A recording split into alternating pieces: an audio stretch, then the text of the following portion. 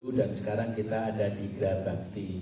Jadi Samsara menjadi sebuah upacara ya, semacam upacara bersama, dan setiap ruang dan waktu sangat berbeda sekali. Tapi ini adalah karya sinema expanded saya yang sudah dimulai dari Opera Jawa, Setan Jawa, dan sekarang adalah Samsara, dan mengajak berbagai teman-teman dari Bali khususnya untuk menghidupi karya ini. Dan karya ini menjadi penting di tengah era yang dimana kita tahu era film bisu menjadi salah satu era emas dalam sejarah film Indonesia, dan juga inspirasi dari wayang kulit ya.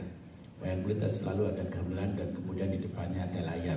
Terima kasih karena Anda akan melihat kebersamaan kita sebagai keluarga dan spirit di setiap unsur dari film ini. Luar biasa. Terima kasih Mas Garin. Bagi tadi boleh langsung dibocorin, walaupun yang di Jakarta baru akan mulai malam ini, tapi kan sudah ada rencana untuk dipentaskan di kota-kota dan di negara lainnya berikutnya di tahun 2025. Boleh kasih bocoran ke rekan-rekan media nih plannya. Terima kasih Mas Billy. Sebelumnya aku juga mau terima kasih banget ya Mas buat Bakti Budaya Jarum Foundation, buat Renita, Mas Billy dan semua tim. Karena memang yang tadi Mas Billy bilang, tahun depan itu kami akan mulai dengan tour internasional bulan Februari di Perth. Makanya kenapa kami ngotot banget nih Desember ini mesti banget sih kita keliling di kota-kota di Indonesia dulu. Makanya ada 2 kota yang akhirnya kita berhasil jajaki ya untuk manggung Samsara ini, Jogja dan Jakarta.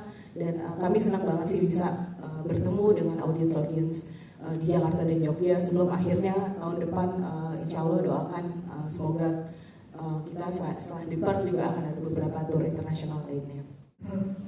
Ya, terima kasih Mbak Nuti. Nanti mungkin Budi Sudi dan juga Mas Kas mungkin dan Mas Gari bisa nambahin.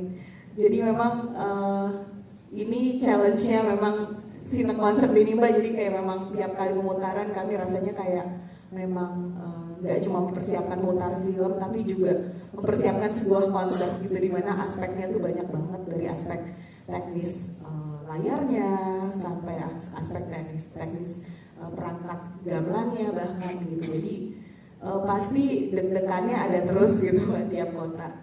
Dan mungkin ini juga di challenge Mas Gerin ya Mas ya. Mungkin dari gamelan, tapi perlu diketahui ya, tadi malam latihan dengan perangkat gamelan yang berbeda sama sekali dengan sekarang.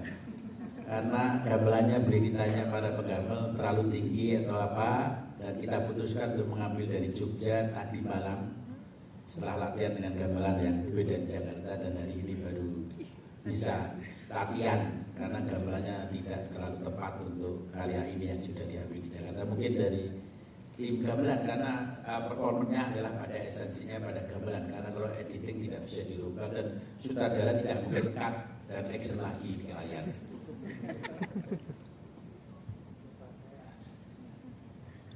Oke, tadi sudah disampaikan oleh Mas Garin. Jadi sebenarnya challenge kita berdua itu adalah ruang kan? Jadi bagaimana di Singapura dengan concert hall yang akustiknya sudah terpikir dengan baik, kemudian bagaimana kita pentas di Bali di ruang terbuka gitu. Kemudian di Joglo di Jogja, dan pengalaman di sini itu memberikan pola pemikiran yang selalu menyesuaikan ruang yang diberikan kepada kita gitu.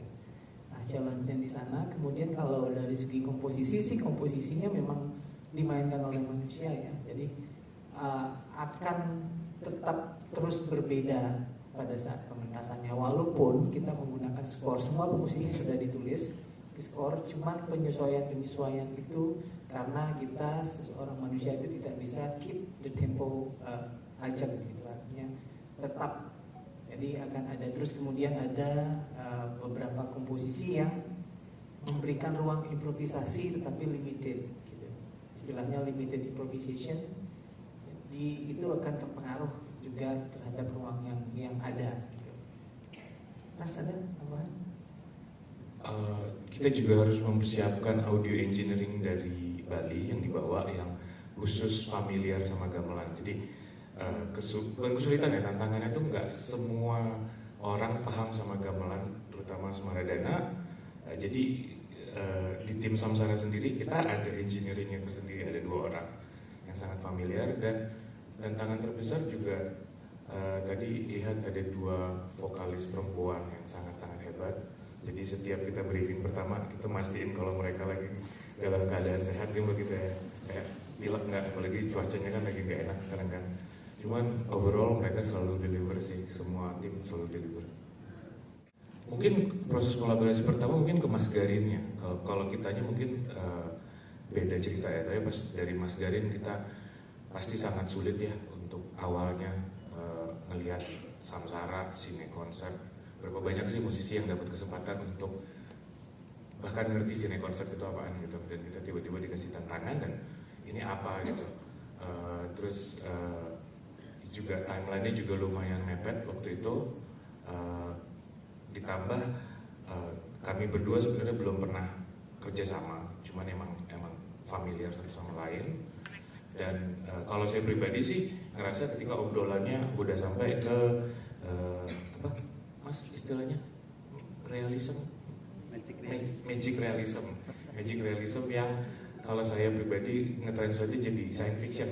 Saya ngeliat Samsara itu bukan film bisu, film sejarah, tapi ngeliatnya justru kayak saya nginterpretasiin dari skrip 1930 musik elektronik itu bercabang kemana dengan tonal-tonal dari tradisi, energinya kayak gimana, itu yang saya coba bikin gitu. Jadi banyak pendekatan yang saya pribadi dan Gabriel Modus Operandi dilakukan itu justru ngelihatnya ini sebagai sci-fi gitu, mistik, klinik itu ya fiction akhirnya di ranah bunyi, dan kita ngesintesis itu gitu. Ditambah waktu ngobrol sama Bli Sudirannya juga sangat kebetulan teknologinya sudah sampai di titik komputer itu bisa ngikutin laras gamelan. Jadi semakin seru untuk ngerjainnya, dan ya seperti ini sih jadinya. Oke, kalau kembali di awal-awal ya, jadi di sekitar bulan September ya Mbak Gita memberitahu saya, terus kemudian dikasih naskah skrip awal, terus kemudian diminta sampel musik. Jadi yang diminta ke kita pertama itu adalah sampel-sampel musik yang berdasarkan naskah itu. Terus kemudian sampel-sampel musik dari kita berdua itu dipakai sebagai guiding untuk koreografi dan juga guiding untuk syuting. Jadi setelah syuting itu silakan bulan Januari ya. Setelah ada gambarnya semua jadi itu, nah di sanalah pressure-nya mulai kan. Jadi pressure-nya gambarnya bagus banget. Jadi tempat-tempat yang saya familiar semua di Bali itu menjadi sangat luar biasa di gambar itu, dan kita berpikir di sana, wah kalau ini komentar pementasannya jelek itu pasti karena musik gitu. Gambarnya udah bagus banget gitu, itu di awal. Nah itu pun ya, kita tantangannya adalah menyelesaikan ini untuk konser di bulan Mei tanggal 10. Sedangkan itu baru bulan Februari akhir ya, baru dikasih draft pertama. Dan kemudian termasuk cepat ya ini prosesnya, karena setelah kita dikasih draft pertama itu, kemudian kita nih sering meeting sama Kas, saya sama Kas online meeting terus untuk membuat semua perencanaan musik. Jadi saya membuat tabel, di adegan 1 di menit ini kita akan respon dengan komposisi seperti ini gitu sih. Dari awal sampai akhir itu ada sekitar 6 halaman. Nah setelah itu mulai untuk mempercepat kita untuk membuat musiknya, kita memutuskan saya mulai membuat komposisinya dari awal, Kas membuat komposisinya dari akhir. Jadi berdasarkan catatan yang kita buat itu, tabel itu saya membuat dari awal, Kas dari akhir. Kemudian kita ketemu di tengah-tengah, dan setelah itu saya lanjut ke belakang, Kas lanjut ke depan. Nah setelah itu ada latihan gabungan yang melibatkan pemain, gamelan, vokalis, dan juga film. Jadi ada 3 sinkronisasi, itu tantangannya kan, sinkronisasi dari pemain gamelan, manusia, memiliki rasa, kemudian vokalis 4 orang, juga seorang manusia, kemudian ada electronic music yang dikendalikan oleh manusia tapi elektroniknya itu komputer. Kemudian yang terakhir ada film yang completely ignoring everyone. Jadi tidak boleh ditawar lagi, harus seperti itu gitu. Nah, sinkronisasi inilah challenge-nya. Bagaimana kita membuat semuanya sinkron, yang mana posisinya seperti ini tadi. Si vokalis di depan tidak bisa melihat cue dari gamelan, pemain gamelan itu di belakangnya tidak bisa melihat film. Kemudian ada gabber yang di samping-samping yang susah sekali bersinkronisasi dengan kita. Nah, itulah tantangannya. Jadi hasilnya seperti yang dilihat tadi. Mungkin singkatnya seperti itu dulu ya. Terima kasih untuk pertanyaan. Boleh saya jawab di bahasa Inggris? Lebih mudah untuk saya. Yes, I choreographed my own scenes in the film. Saya tinggal di Gold Coast di Australia. So I was given the synopsis and the concept, and I created some movements in the studio in the Gold Coast, and sent to the videos via WeApp. And from then, Mas Garden said, yes, I like this, I like this, I like this, so I can pick what I would do. And then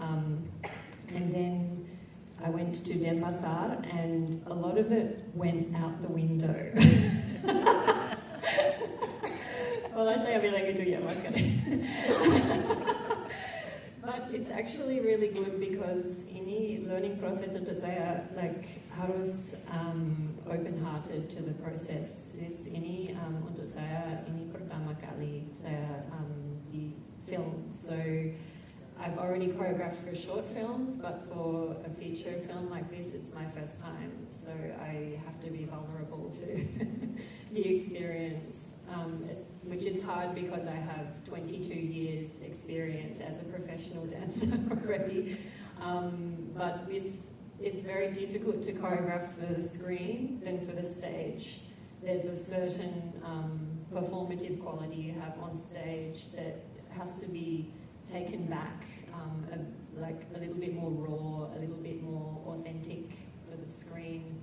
So you have to be very open to listen to an expert like Mas Garden to understand what works and what doesn't. So I couldn't just step in and say, this is what I want to do, but rather, this is what I propose, and let's have a dialogue about what can work. But I also worked with Mbok Dayu about saya belajar the mudra of the Tari Bali, and I was very interested to learn that because I've already trained in Tari Jawa because my blood is from Solo and Georgia. So I've already learned this and integrated that into my choreographic practice. But I was very interested to learn about the Balinese dance so I could incorporate that into what my movements were on the screen. So is it your first time as well to learn Balinese dance? Yeah, Oh, my right. first time, yeah. Hopefully more Yambo. Yeah, but it was really nice to, also the Bumi Batra dancers as well were also really lovely to help me on set. Yeah, but it was very open-hearted process. Saya nambahin saja ya, kalau penari kita, koreografer kita Juliet itu punaannya W.S. Rindra ya. Dan dia penari balet yang terkemuka di Australia. Jadi tepuk tangan dulu untuk saya. Dan memang sejak saya melihat di kurikulum vitae dan pernah bertemu, saya memang ingin Juliet main di tempat saya.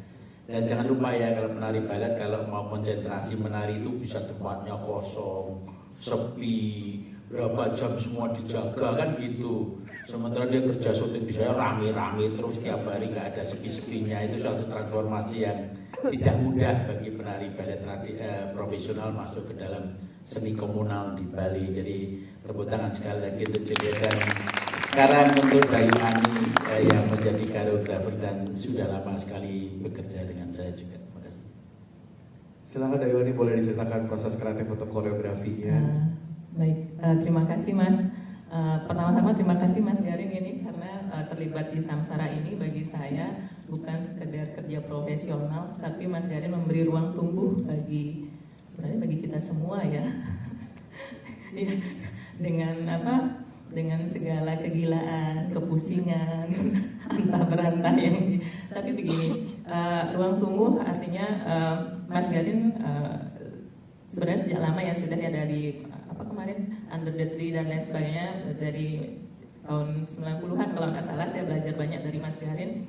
Lalu kemudian ketika Mas Garin memberikan kesempatan Samsara ini, ketika Mas Garin bilang ini kisah tentang kisah cinta, lalu kemudian ada kisah tentang kerajaan monyet. Jadi waktu itu saya minta izin, Mas Garin boleh nggak referensinya ke drama tari klasik Bali, Wayang Wong. Jadi saya langsung referensinya ke sana, Wayang Wong. Lalu kemudian dengan tubuh anak-anak kekinian dan tubuh natural mereka. Jadi tiga ini yang saya kombinasikan. Lalu kemudian ketika melihat, tentu saya penuh banyak kelemahan juga. Nah, untuk mengisi ruang-ruang ini, Mas Garin kemudian tenang, ada Masiko, ada Juliet, gitu. Jadi saya senang sekali dengan proses ini. Jadi saya banyak belajar dari teman-teman juga. Nah, tantangannya ya Mas ya? Tantangannya, kami latihan di studio 3 minggu kalau tidak salah.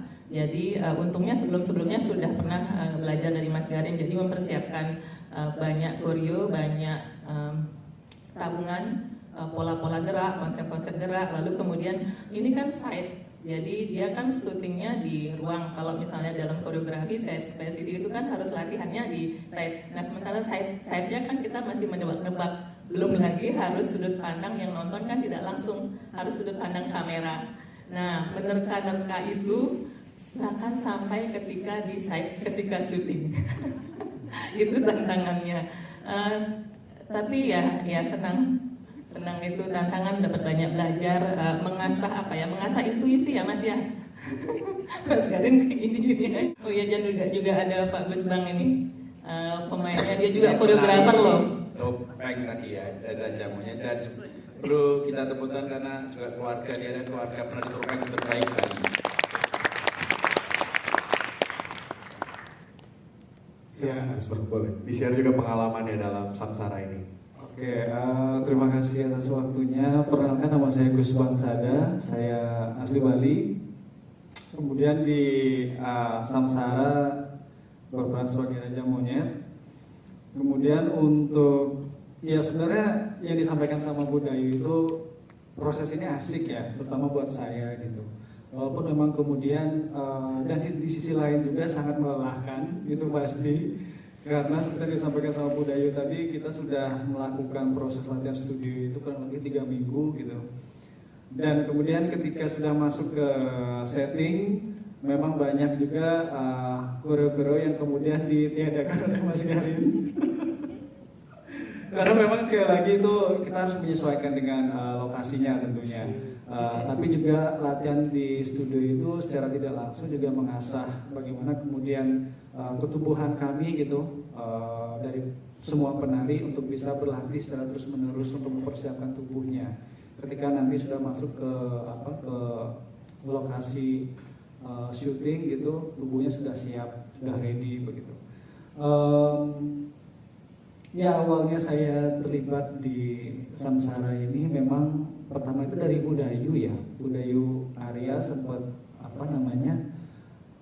kebetulan saya juga satu tempat kerja sama Budayu gitu, beliau adalah senior saya. Jadi Budayu sempat ngobrol, mau nanyakan ke saya, Gus Bang mau nggak ikut castingnya Mas Garin, lagi ada produksi film gitu. Oh nggih Bu, siap gitu. Kemudian ya sudah, pertama itu kalau nggak salah saya sempat ngirim video gitu ke Budaya Area.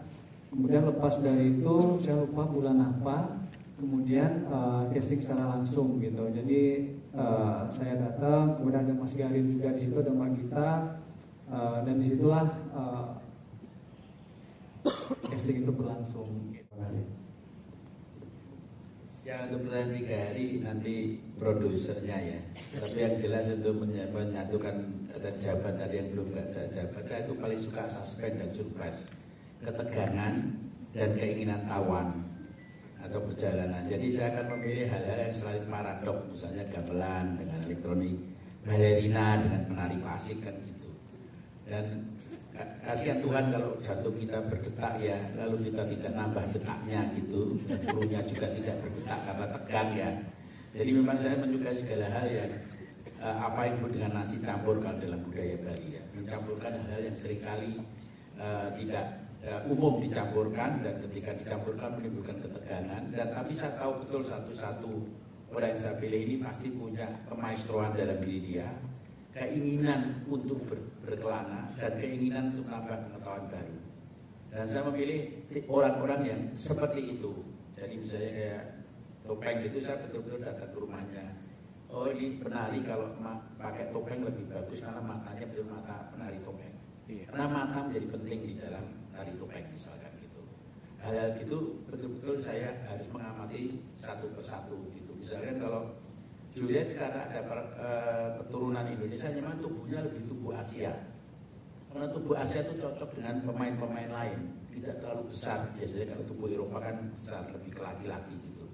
Kalau tubuh dan badannya saya perlukan betul untuk merepresentasikan dunia tari yang juga sangat terbuka untuk siapapun juga. Kalau punya elektronik memang membawa zaman sekarang dan bisa mengolah pada tingkat yang begitu luas ya. Dan kalau gamelan saya pilih karena sebenarnya masing-masing itu pernah saya bertemu ya dengan Gusti, dengan Juliana juga pernah ketemu dalam suatu program saya supervisi.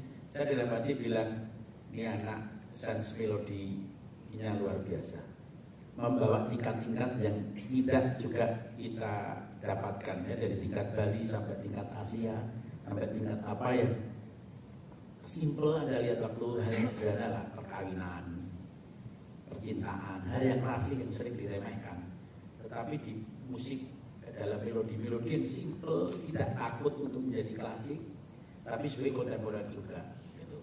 Kalau Kas kan hidup di klub, satu klub dengan klub yang lain ya. Jadi memang dia harus memberi petualangan kita untuk anak-anak muda sekarang, tapi juga saya keselnya kalau orang elektronik itu ya kerjasama cuma satu orang, dua orang yang hidupnya menyebalkan ya, cuma dua orang, satu orang. Sekarang rasain itu dengan satu grup kamu harus kerjasama dan harus diam di panggung. Biasanya biayaan saya enak-enak perutnya kan gitu kan, nggak pas kalau timingnya nggak apa-apa, ini harus tepat dengan film saya. Jadi ada penyiksaan dari diri saya itu menyenangkan sebetulnya. Terima kasih.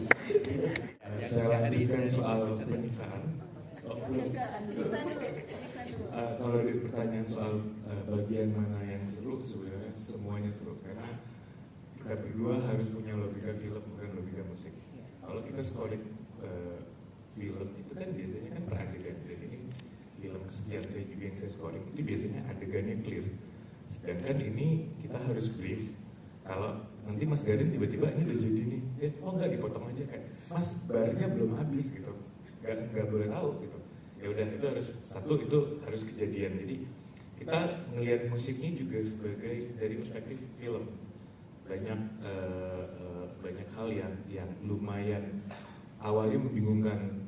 Terus kedua juga bagian yang paling seru adalah bisa kerjasama sama vokalis yang akarnya tradisi tapi bisa nge-push sampai titik kontemporer yang sangat-sangat luar biasa sih. Mungkin temen tadi ada yang lihat pas adegan Sinta udah mulai gila tapi belum, kayak hampir, terus saya harus brief dua perempuan ini, kamu jadi yang suara yang agak sadar, kamu yang nggak sadar, karena kamu di tengah-tengah mulai gila, kamu jadi yang baik gitu. Dan itu tuh menarik banget, bisa ditranslate dengan baik oleh mereka gitu. Dan itu nggak pakai apa ya, nggak pakai notasi. Jadi kita beneran juga mainnya itu melihat gambar gitu. Jadi kayak gimana beberapa drone atau suara mereka juga ngikutin gerak tari. Dan ini sangat menarik ketika tariannya dipicu sama musiknya awalnya sebagai guide. Terus pas udah jadi tariannya, jadi guide untuk musiknya lagi. Jadi kita kayak cycles yang berulang begitu. Kalau dari Bisudi gimana? Samsara sih sebenarnya itu. Karena kan cycle of life gitu. Jadi saya setuju dengan Kas, jadi semuanya asik ya. Jadi kalau saya sama, jadi scoring film ini sebenarnya yang keempat ya.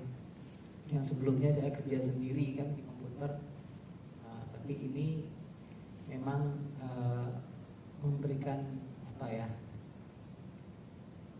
pressure, tantangan yang berbeda karena kita mengiringi, terutama gamelan ya, gamelan yang dimainkan oleh banyak orang gitu.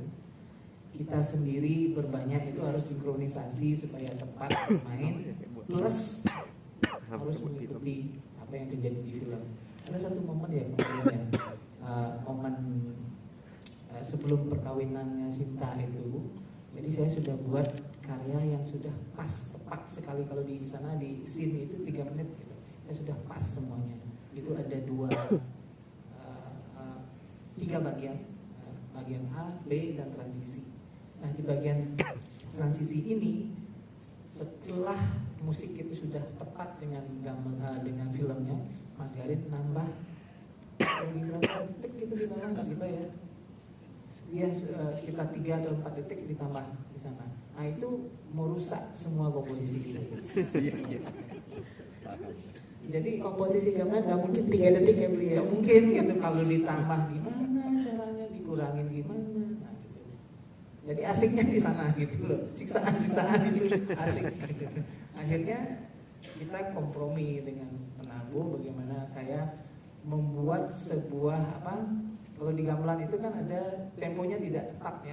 Temponya bisa kita percepat dengan seperti bernapas cepat terus pelan. Nah itu yang saya manipulasi untuk bisa menambah yang 3 atau beberapa detik gitu. Akhirnya berhasil seperti itu. Ibu izin menjawab pertanyaan yang tentang hari ya Mas ya. Jadi dari pemutaran kami pertama, 2 pemutaran pertama itu sebenarnya commissioning works ya. Jadi pertama Esplanade itu bagian dari Pesta Raya. Jadi memang semuanya hanya 1 hari. Yang kedua indoor juga 1 kali main. Dan baru kali ini yang memang kami benar-benar arrange dan kemarin di Jogja juga bagian dari JAF ya. Kebetulan lagi ada JAF, Jogja Asian Film Festival. Jadi Jakarta ini memang kota pertama yang kami benar-benar arrange sendiri gitu untuk pemutarannya gitu. Dan kalau saya justru malah why not 3 hari ya gitu, karena ngelihat sekarang juga maksudnya ada api dan ada semangat baru gitu, terutama untuk panggung. Dan mungkin itu juga salah satu kerja hebat juga dari teman-teman Bakti Budaya Jarum Foundation ya Mas Giwi. Kayak kita punya Keluarga Cemara diputar 28 hari yang juga musik tiap hari lumayan ramai. Kita punya musikal banyak sekali gitu. Dan ini salah satu, saya rasa salah satu juga hal yang ingin kita juga pengen coba gitu untuk dobrak sebenarnya kalau dari medium film ya. Karena Sine Concert ini mungkin di luar udah lumayan banyak gitu yang punya franchise Sine Concert. Ada kita punya, maksudnya mereka punya, ada Harry Potter, ada film-film besar kayak Gladiator yang diputar di dalam Colosseum dengan live orchestra. Nah, expanded cinema ini memang masih sangat limited di sini, dan ini mungkin salah satu hal yang kami pengen coba gitu lewat Samsara untuk menyajikan pengalaman nonton film yang berbeda gitu dari expanded cinema.